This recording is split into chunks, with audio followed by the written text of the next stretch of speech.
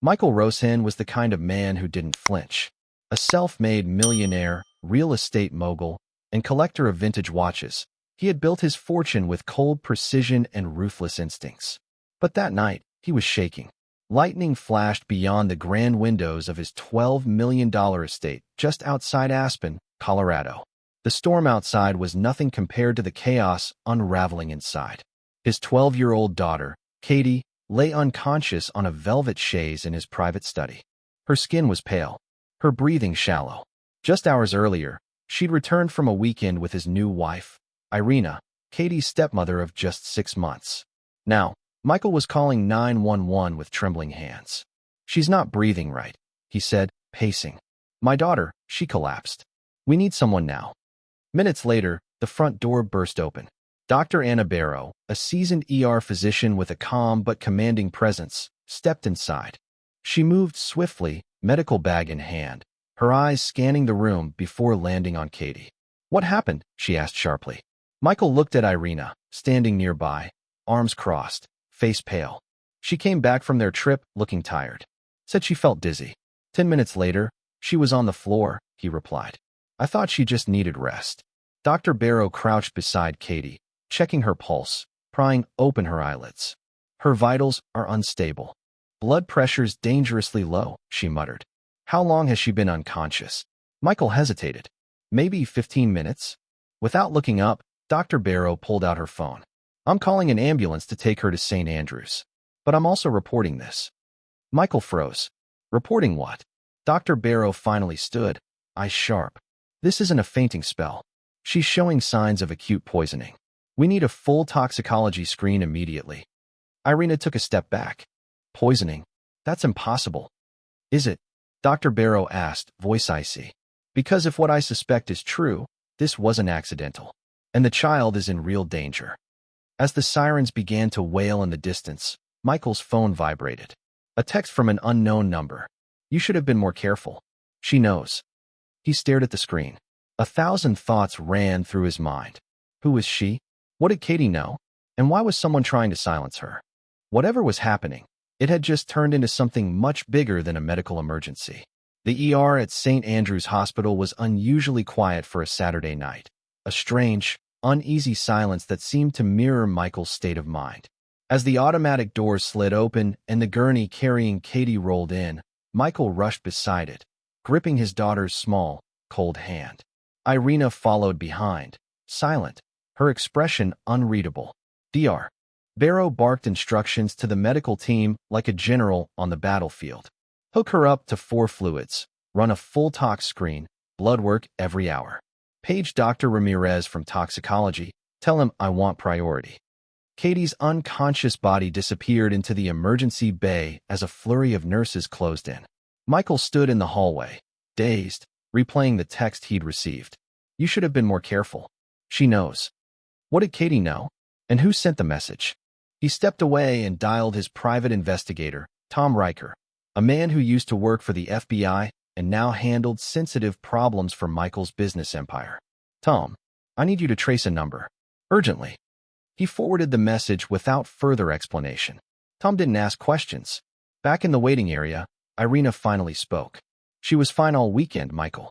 We went horseback riding, had brunch at the lodge. She was laughing, playing."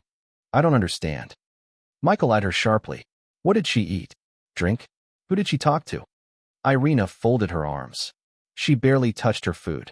Just juice and some strawberries." "You think I poisoned her?" Michael didn't answer, because something wasn't adding up.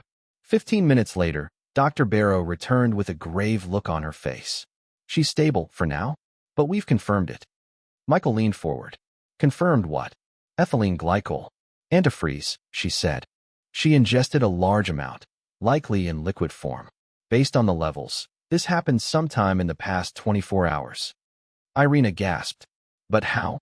Who would give a child antifreeze?" Dr. Barrow looked between them. Her tone turned cold. "That's what the police are going to ask." Just then, 2 uniformed officers stepped into the ER. One of them held a clipboard. The other, a body camera flashing red, looked directly at Michael. "Mr. Roshen?" the officer asked. "Yes," Michael said. "We need to ask you and your wife a few questions. Separately." Michael's phone buzzed again. This time, it was a video. He played it, and what he saw made his blood run cold. It was Katie, sitting on a hotel bed, just hours before she collapsed, whispering into her phone camera.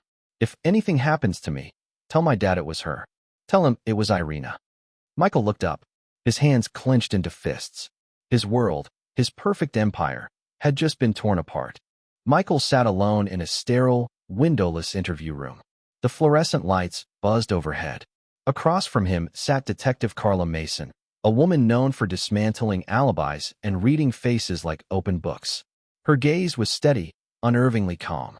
"Let's start with your relationship to the child," she said, clicking her pen. "She's my daughter, Katie Roshen." "My only child," Michael replied, voice low but controlled. "And your wife, Irina, is not her biological mother." Michael nodded. "She's only been in our lives for about a year. Married 6 months ago." Detective Mason leaned forward. "Did they get along?" Michael hesitated. "It was complicated. Katie never really warmed up to her. Irina tried, or at least pretended to. She scribbled something in her notebook. Were there ever threats? Fights? Anything that might suggest hostility between them?" Michael considered lying, painting a picture of a happy family, but the video on his phone haunted him. "There were tensions," he admitted.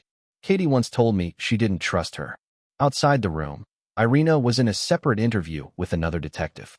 Surveillance footage from the lodge was being pulled. Everything was now evidence. Back in the ER, Katie lay unconscious, hooked up to machines. The antidote for the antifreeze, fameprazole, had been administered, but her kidneys were struggling.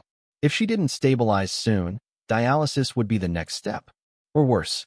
Tom Riker, Michael's private investigator, finally called back. "I traced the number. Burner phone. Purchased yesterday morning at a gas station outside Vale." Michael's pulse quickened. "Can we get footage?" "Already working on it. But that's not all." There was a pause.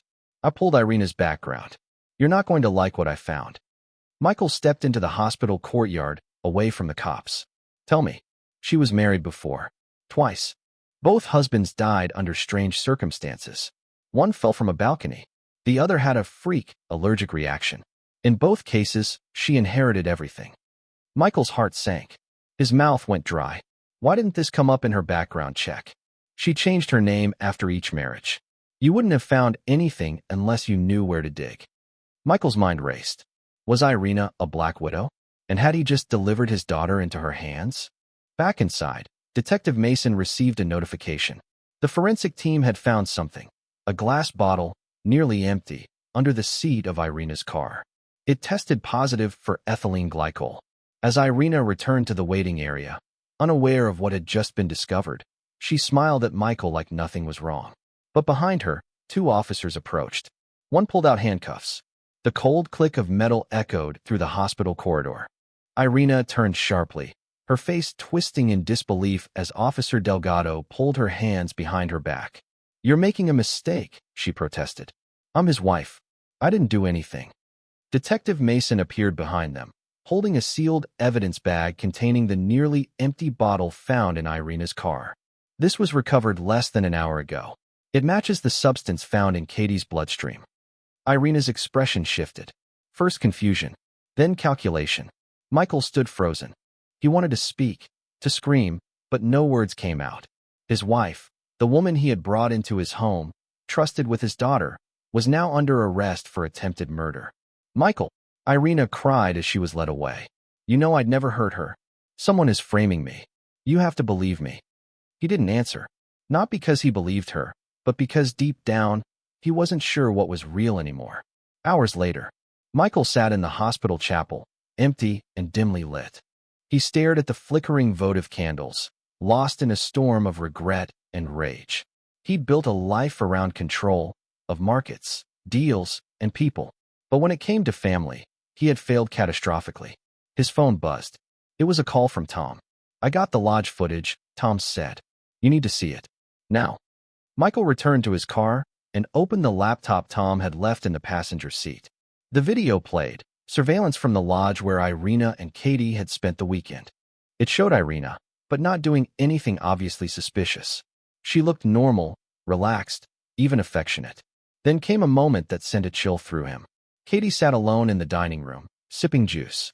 Irina entered with a bowl of strawberries, sat beside her, and slid a glass of water across the table. Katie didn't touch it at first. Irina insisted, not aggressively, but firmly. Katie finally drank. Then, a second camera angle. Later that evening, while Katie was in the hotel room watching cartoons, Irina stood in the hallway outside, on the phone. Her voice was low, but the audio was captured.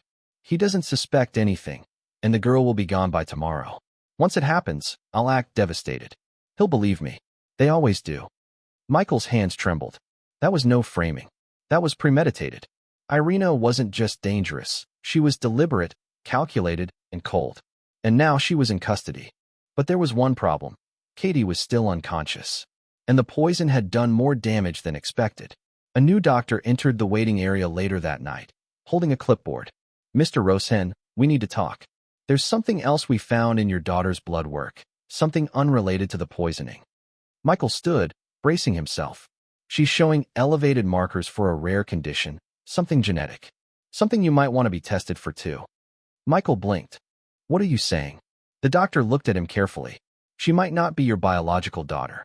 Michael stared at the doctor, eyes wide. The words didn't register at first. She might not be your biological daughter. He stood in silence, breath caught in his throat. 1,000 images of Katie flashed through his mind. Her laughter, her stubbornness, the way she clung to him when thunderstorms rolled in. She was his daughter. His. What the hell are you talking about? He finally growled. I raised her. I named her. She calls me Dad. The doctor held firm. I understand. But the blood work flagged a rare hereditary enzyme deficiency. It's passed down genetically. You don't carry it, Mr. Roshen. Which means, he didn't need to finish. Michael stumbled back, gripping the edge of the chair like it might save him from drowning. Could this be a mistake? He asked, almost pleading. We've already rerun the tests twice. His hands shook. Then where is her real father? Meanwhile, police precinct. Irina sat in an interrogation room, her wrists still cuffed. Her hair was disheveled, makeup smudged. But her eyes, they were calm. Calculating. Detective Mason slid a printed still from the lodge video across the table. You said you were framed. Care to explain this? Irina smirked. Context is everything, detective. You said the girl would be gone by tomorrow. You called it. Now she's in critical condition. You poisoned her. Irina leaned forward. If I wanted her dead, she'd be dead. But I didn't poison her. I gave her water. Period. Mason narrowed her eyes. You also have a history of dead husbands. Irina gave a soft laugh. And you have a history of assumptions. Just then, a young officer entered, whispering something into Mason's ear. The detective's eyes darkened. She picked up a manila folder and dropped it in front of Irina. Looks like Michael's not the girl's biological father. You knew that, didn't you? Silence. Then Irina smiled. A lot of rich men want to believe things that make them feel like heroes. Michael was one of them. I didn't need to lie. He never asked. Back at the hospital, Michael stood outside Katie's room, staring through the glass. Machines beeped steadily. Her small frame lay still. Suddenly, a nurse rushed in. She's waking up. He burst through the door, heart pounding. Katie's eyes fluttered open. She winced at the light, then blinked up at him. Dad? She whispered, voice barely audible. He gripped her hand. I'm here. I'm right here. Tears filled his eyes. Listen to me. We're going to fix this. I don't care what the doctors say. You're my daughter. Katie's lip trembled. I didn't drink the juice. What? I didn't drink it. I only drank the water. His blood turned to ice. The water. The same glass Irina had insisted she drink. Katie's eyes filled with panic. She told me not to tell you. She said you'd be mad. Michael clenched his jaw. I'm not mad, he said softly. I'm going to protect you. But even as he said it, his phone buzzed again. This time, it was from Irina's old burner number. You're not the only one with secrets, Michael. Want to know who Katie's real father is? Check the trust fund records. Page 14. Michael's hand trembled as he opened the file folder in his briefcase. He flipped through the legal pages. And on page 14, under beneficiary restrictions, he found a name scratched out and one handwritten beside it. Dmitry Volkov. A name from the past. A man Michael had ruined. A man who had vanished 10 years ago. Michael stared at the name like it was a ghost clawing its way out of the grave. Dmitry Volkov. He hadn't heard it in nearly a decade. Not since that night in Manhattan, when a hostile takeover crushed Volkov's tech company and left Dmitry bankrupt. It had been one of Michael's most ruthless business moves. Legal, yes, but brutal. Personal. Michael always believed Dmitry had disappeared. Rumors said he'd fled to Russia. Others claimed he overdosed in Prague. Either way, the man was gone. But now, here he was, scribbled in ink beside the trust of Michael's daughter. Want to know who Katie's real father is? Michael gripped the document tighter. What if Irina wasn't lying? At least not entirely. What if Katie was Dmitry's child? Back in the interrogation room, Detective Mason slammed the folder on the table in front of Irina. Who is Dmitry Volkov? Irina leaned back, slowly. A name you should have heard long before now. Talk. She exhaled. 10 years ago, Dmitry and I were together. He was brilliant, obsessed with tech. He built something that could have changed the world. But Michael didn't like competition. He crushed Dmitry's company, left him penniless. Dmitry lost everything, including me. Why would you marry Michael after that? Irina smiled thinly. Because revenge is sweeter when it sleeps in your enemy's bed. Hospital, later that night. Katie was resting again, monitors still tracking every beat. Michael stood alone in the hallway, phone to his ear. Tom, find out everything you can about Dmitry. I want to know if he's alive. I want financials, last sightings, burner accounts, offshore movements. All of it. Tom hesitated. Are you ready for that? I need the truth. Tom sighed. Then you won't like what I just found. There's a shell company, set up last year. It owns a 17% stake in your latest property project in Miami. Michael froze. What company? Volkov Holdings. Cayman registration. The wall seemed to tilt. If Dmitry was alive, he wasn't just watching from the shadows. He was inside Michael's empire. And now, his daughter, possibly Dmitry's, was nearly killed while Irina, the common link, was under arrest. But what if? What if Irina wasn't working alone? Meanwhile, unknown location. A man in a dark apartment stared at a laptop screen. CCTV footage played on loop. Katie drinking from the glass, Michael rushing into the ER, Irina being handcuffed. He smiled faintly and picked up a burner phone. Phase 1 complete, he whispered.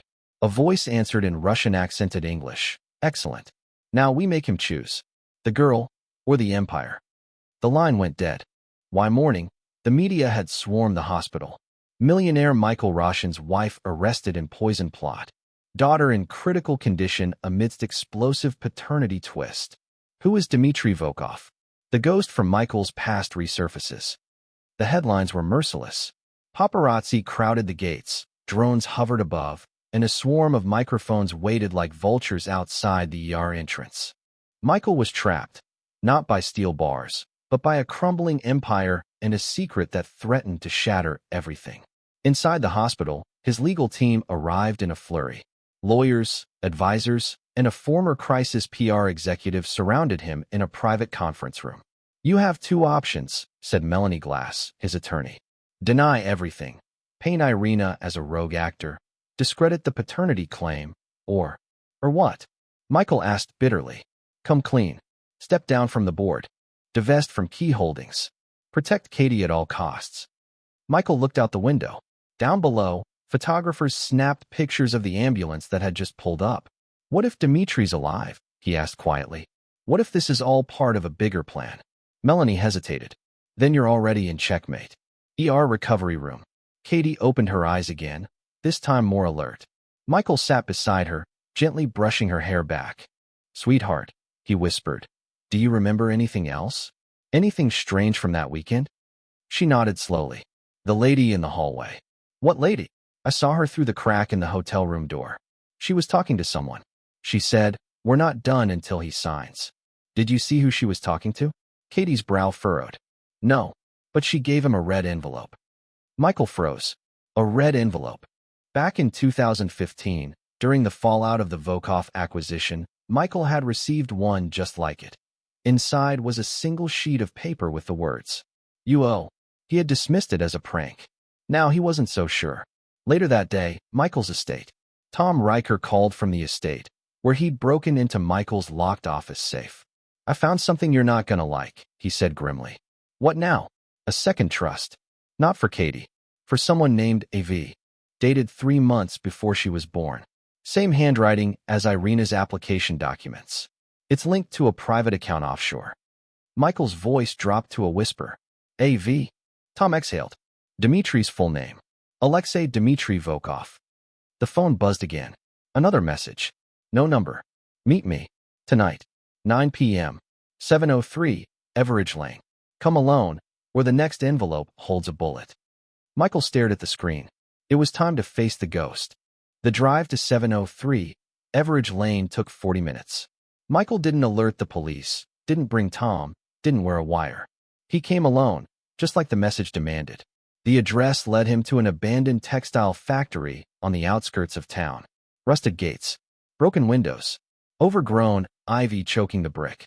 A perfect place to bury secrets. Michael parked under a flickering streetlight and stepped into the darkness. Inside, the air was thick with mold and decay. The silence was alive, every footstep echoing like thunder. He passed piles of rotted fabric, rusted machinery, and graffiti-covered walls. Finally, he reached the center of the factory floor. A single chair faced him. A man sat in it, back turned.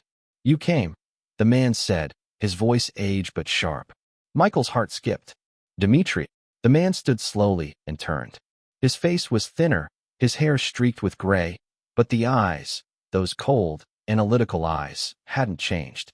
10 years, Michael, Dmitri said softly. "And still, I see the same arrogance." Michael took a step forward. "You tried to kill my daughter." Dmitri's expression didn't flinch. "No, I tried to wake you up." Michael clenched his fists. "By poisoning a child?" Dmitri raised a finger. "I didn't poison her. But someone did. Someone you brought into your home. I warned you." "You used her." "I saved her," Dmitri said. "You were never supposed to raise Katie. Irina was pregnant when I disappeared. She never told me, she kept the child." Michael stared, speechless. "I found out last year. Saw photos online. Recognized her instantly. The eyes, the smile, all mine. I wanted to come for her. Irina wouldn't let me. So I found another way." Michael stepped closer. "So all of this, the text messages, the threats, the investments, it was you?" Dmitri nodded. "I bought into your empire piece by piece. Watched it from the inside. And when you married Irina, I knew she was planning something. You were a target. So was Katie." Michael's breath caught. "And the poisoning?" "I sent the envelope to force your hand," Dmitri said. "But Irina went rogue. She wanted Katie out of the way, permanently. Once the girl was gone, she'd have everything." Michael's mind swirled with rage and confusion. Why not go to the police? Dmitri's smile was bitter. "I don't work with people who obey laws you taught them to bend." Meanwhile, police station. Irina sat in her cell, staring at the ceiling. A guard approached. "You've got a visitor." She sat up slowly and gasped. "Katie." Accompanied by a female detective, Katie stood behind the glass, trembling but resolute. "You lied to me," she said quietly. Irina smiled sadly. "I only wanted you to be safe." Katie's eyes filled with tears. "You tried to kill me." Irina leaned closer to the glass. "No, sweetheart. I just needed to keep you quiet." That was enough. The detective nodded to the officer. Irina was being charged, not just with attempted murder, but conspiracy and fraud. Back at the factory, Michael turned to leave. "We're done here." Dmitri's voice stopped him. "She's still in danger." Michael paused. "What do you mean?" "She knows something else," Dmitri said. "Something she hasn't told either of us." Michael narrowed his eyes. "What is it?" Dmitri handed him a small, sealed envelope. "She told someone at the lodge. The bellboy. It's all written down here." Michael opened it slowly. Inside was a drawing. A child's sketch of a woman handing a red envelope to someone, wearing a police badge. Michael sat in his car outside the abandoned factory, staring at the child's drawing in his lap. The figure wearing the badge was unmistakable, square jaw, short blonde hair, and the most damning detail of all, Detective Carla Mason's initials, CM, scrawled in the bottom corner. Katie hadn't known what she was drawing, but it was clear now. The detective leading the investigation was in on it. Michael's blood ran cold. Had Carla been working with Irina? Dmitri? Or was she playing them all? He started the engine and called Tom. "We've got a problem," he said. "Bigger than your ex-wife trying to kill your maybe-not daughter?" "Yes," Michael snapped. "The lead detective is compromised. I need everything you can dig up on Carla Mason. Past affiliations, financial records, Anything that connects her to Irina or Dmitri. Tom didn't hesitate. On it. Police department, late night. Detective Mason sat at her desk, reviewing her notes when her phone buzzed. Unknown number. It's over. He knows. Her hands paused. Then calmly, she deleted the message, stood up, and walked to the evidence room. She pulled out a locked drawer marked Roshen case, supplemental evidence. Inside was a small USB drive, labeled with nothing but the letter V. She slipped it into her pocket and left the building. Hospital, Katie's room. Katie stirred awake again. Michael was beside her, eyes weary but full of something unfamiliar, fear. I need to ask you one more thing, he said gently. That drawing. When did you see the woman give the envelope to the person with the badge? Katie thought for a moment. She said, make sure he never sees this. Then the man nodded and put it in his coat. Michael swallowed hard. That was no rogue detective. That was a deal. A cover-up. A contract. He kissed Katie's forehead. Rest now. Daddy's got one more thing to fix. Meanwhile, downtown garage. Detective Mason parked her car on the 5th level of a dim garage and waited. Moments later, a black SUV pulled up. The driver stepped out. Dmitri. You lied to me, she said coldly. I lied to everyone, he replied. Comes with the territory. She tossed him the USB. This was everything Irina had on Roshen. Bank records. Bribes. A list of enemies. If it leaked, he'd go down forever. You still want him ruined? Dmitri stared at the drive. No, he said finally. I want him to live and watch everything he built burn around him. Detective Mason smirked. You're not the only one with leverage. If this all comes out, I go down too. Dmitri stepped closer. Then I suggest you make a choice. Because one of us won't survive what's coming next. Back at the estate, Tom Riker returned with a file, and it was worse than Michael expected. Carla Mason was in the FBI for 4 years. Assigned to Dimitri's case before she suddenly resigned. Guess who signed the resignation papers? Michael looked at the signature. Irina Volkov. She'd orchestrated every piece. Even the detective. Tom dropped another photo on the table, security cam stills from the courthouse. 3 days before Katie's poisoning, Mason and Irina were seen meeting in private. Michael stood, rage surging through him. Enough, he said. I'm ending this. Michael Roshen never liked weapons. He believed power came from control, not violence. But tonight, as he loaded the pistol kept hidden in his estate's safe, he knew there was no controlling this. The empire was collapsing. The truth had bled through every layer. His daughter had nearly died. His wife had betrayed him. His enemy had returned from the dead. And the woman he trusted to bring justice had been part of the conspiracy all along. He wasn't going to wait for the system. He was the system, and he was about to end it. Warehouse, midnight. The final meeting had been arranged. Detective Carla Mason stood under a rusted steel beam in the same warehouse where Michael met Dmitri days earlier. She was holding the USB drive in one hand, a loaded pistol in the other. Dmitri appeared from the shadows. Calm. Controlled. Did you bring it? She asked. Dmitri nodded and pulled out a black briefcase. Inside, evidence of her corruption, bribes, secret recordings, even footage of her destroying case files. You double-crossed the wrong people, she hissed. Dmitri smiled. I always do. Suddenly, headlights. Michael's car screeched into the warehouse. He stepped out, gun raised. Drop them. Both of you. Carla turned, startled. Dmitri raised an eyebrow, impressed. You never could stay out of your own disasters, he said. Michael advanced. Give me the USB. Now. You think exposing her saves you? Carla snapped. You're not a victim, Michael. You stole, destroyed, ruined people. You built your fortune on other men's bones. Michael didn't flinch. Maybe, but I never poisoned a child. She aimed her weapon. So did Michael. 1 gunshot. Only one. Carla dropped to her knees, bullet in her shoulder. Michael stood over her, disarmed her, and retrieved the USB. Blood pooled under her jacket. You'll live, he said. Long enough to rot in prison. Dawn, final goodbye. Dmitri sat on a bench outside the hospital. Michael approached, holding a file, Katie's medical records and the trust information. She's yours, Michael said quietly. Dmitri nodded. But I raised her. She's mine too. Dmitri looked at him. I don't want her caught between us. She won't be, Michael said. Because I'm leaving. What? Michael handed him a notarized letter, resignation from the board, divestment papers, and legal guardianship transfer if he ever disappeared. I have enemies now. The empire is scorched. But Katie needs safety. And maybe you can give her the truth. Dmitri stood. Where will you go? Michael smiled faintly. Someplace where no one knows my name. 1 month later, news broadcast.